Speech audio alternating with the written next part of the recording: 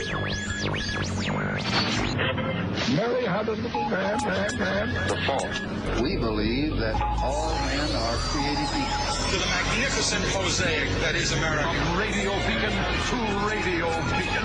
I have a dream today. Change has come to America. Keep the faith. This is going to be a disaster. Knock, knock. Who's there? It's a figment of your imagination. Randi Rhodes Show. Turn up your mind.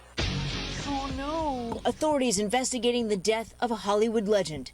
Gene Hackman found dead Wednesday alongside his wife, classical pianist Betsy Arakawa, in their home in Santa Fe. Police say the couple, who married in 1991, were found with their dog after a neighbor called police to do a welfare check. Authorities say there is no immediate indication of foul play in the deaths, but they did not provide a cause of death or say when the couple might have died. The two-time Oscar winner always showing grit, intellect, and intensity on the screen.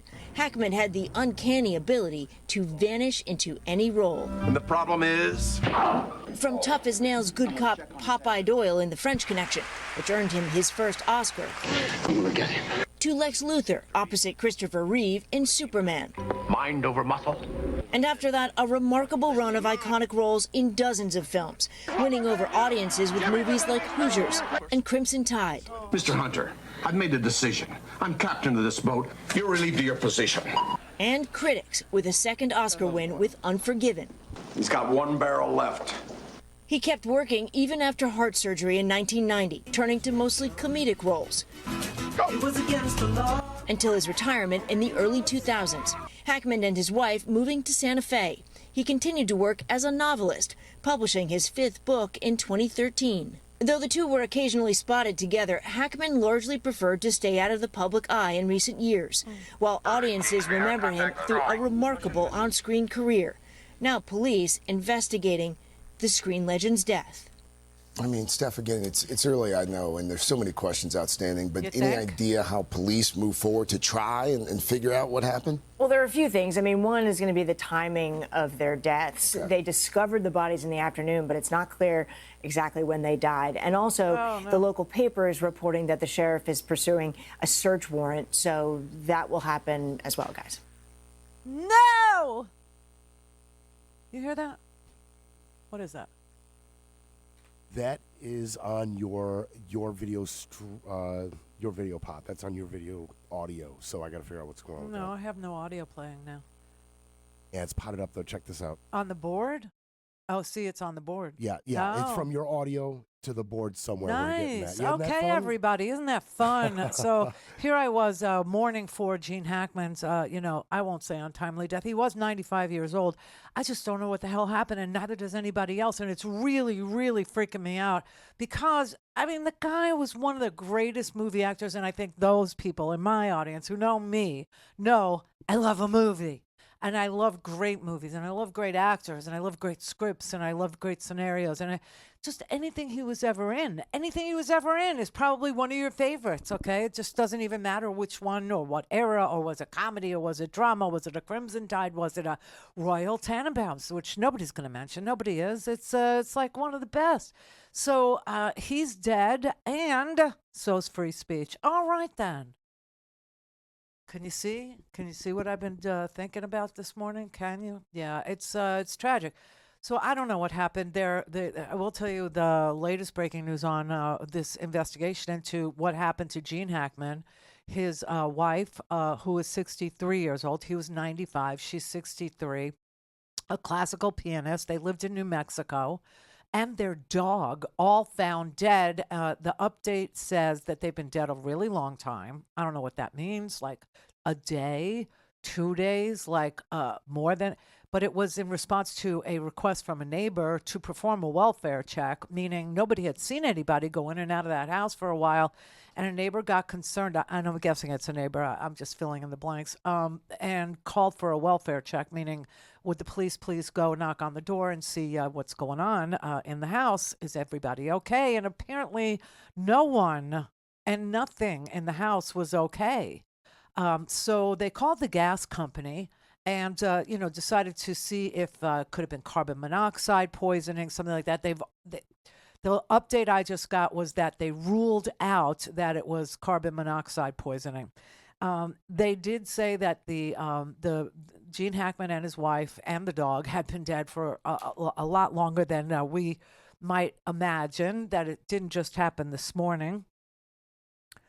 And, the Oscars are Sunday, so, there's going to be a two-part memorial. I mean, this is not going to be an in memoriam quick mention. Somebody is editing right now. Somebody is going crazy. A whole team has probably been assembled to go through footage and to go through award acceptance speeches and his life and times and everything.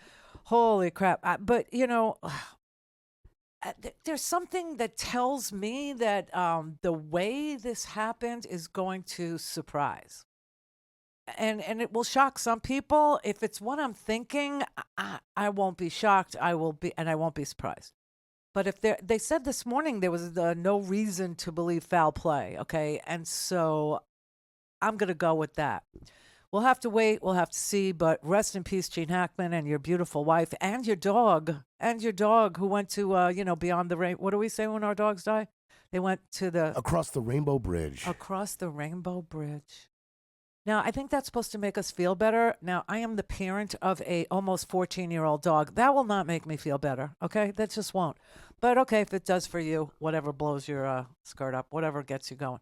Now, I will tell you, free speech is dead. It's dead. At the White House, at least, and in government. It's dead at the major outlets. It has died right along with Gene Hackman. I think it's been dead for longer than we know. I don't think it was carbon monoxide poisoning that got to the people who have decided to kill free speech. But it is dead. It absolutely is. And I'll tell you, like, this long checklist of things that have died, have been killed in the vein of a free press. I shouldn't say free speech because that's the name of our network, and we're not dead yet. we're working on it, apparently. But we're not dead yet. But honestly, I was watching a couple of days ago how Caroline Leavitt, Caroline Leavitt is also a younger bride married to a guy 30-something years older than her. Do you know that? Yeah. So I don't know if they'll choose this Gene Hackman, bon voyage thing. I don't know. I don't know how they'll deal with their problems with the age difference and all being a thing. But anyway, she decided that she was going to no longer allow, and this is how it used to work, the White House Correspondents' Dinner. You know how that's one of my favorites. It's one of my, most favorite Washington evenings that there is. There's two. There's the Gridiron Dinner, and then there's the Washington Correspondents' Dinner. Okay, those are the two best nights, I think, in Washington, D.C. So the Washington Correspondents' Dinner, which is run by the Washington Correspondents. And the Washington Correspondents are made up of, yes, you guessed it, Washington journalists. I could say Washington correspondents, but maybe it wouldn't clarify the way I needed to be clarified in your brain right now. So the Washington journalists pick from amongst themselves the journalists that they rotate in and out of press pools. Pools being small. Pools being the journalists who are invited into the Oval Office when the president holds court there. A pool being small, meaning who's on the Air Force One, who's on the flights, okay? Air Force One and Air Force Two, who's in the press pool that day. The Washington correspondents, the journalists themselves, pick from themselves a rotating roster. And that way, it's free and fair. And that way, it's merit-based. And that way, if you're worthy, and if you do a really, great job in covering without bias any particular president and just asking really probing questions and getting answers, like, do you know Michael Cohen? Remember that one? This is how, no more, no. Now, Caroline Leavitt and the White House, they're going to choose their own press corps. Yes, they now think that the President of the United States should choose his own press. Holy crap.